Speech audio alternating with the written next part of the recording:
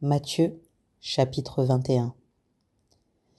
Lorsqu'ils approchèrent de Jérusalem et qu'ils furent arrivés à Bethphagée, vers le mont des Oliviers, Jésus envoya 2 disciples, en leur disant : « Allez au village qui est devant vous.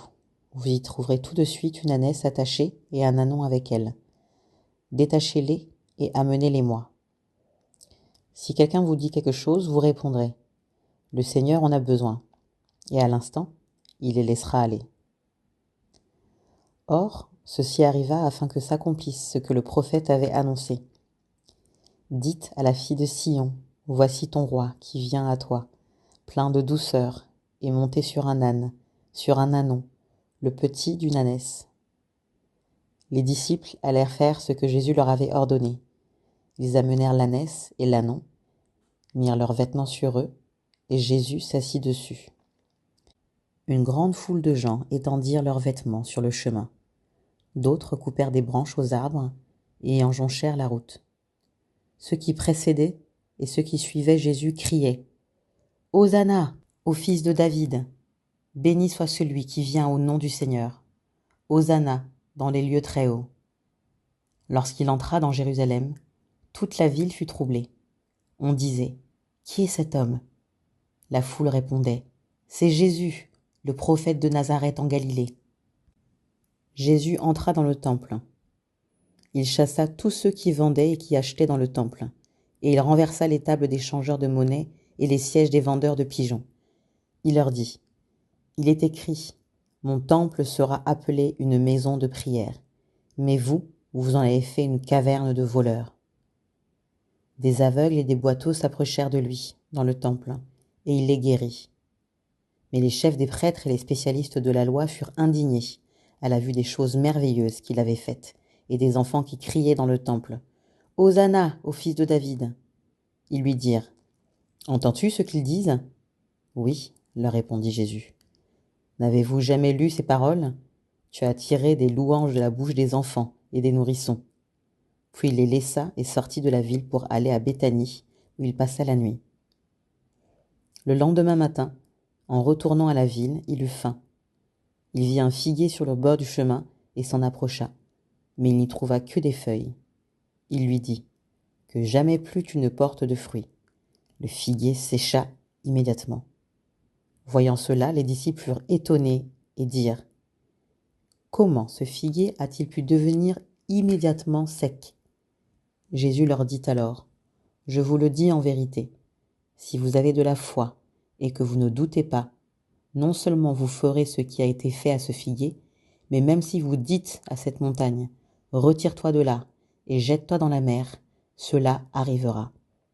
Tout ce que vous demanderez avec foi par la prière, vous le recevrez. » Jésus se rendit dans le temple, et pendant qu'il enseignait, les chefs des prêtres et les anciens du peuple vinrent lui dire : « Par quelle autorité fais-tu ces choses, et qui t'a donné cette autorité ? » Jésus leur répondit : « Je vous poserai moi aussi une question, et si vous m'y répondez, je vous dirai par quelle autorité je fais ces choses. Le baptême de Jean, d'où venait-il ? Du ciel ou des hommes ? » Mais ils raisonnèrent ainsi entre eux. Si nous répondons du ciel, il nous dira : Pourquoi donc n'avez-vous pas cru en lui ?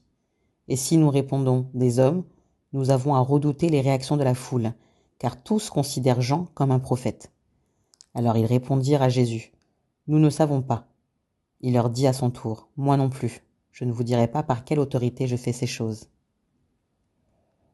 Qu'en pensez-vous ? Un homme avait 2 fils. Il s'adressa au premier et lui dit : Mon enfant, va travailler aujourd'hui dans ma vigne. Il répondit : Je ne veux pas. Mais plus tard, il montra du regret et y alla. Le père s'adressa à l'autre et lui dit la même chose. Ce fils répondit : Je veux bien, Seigneur.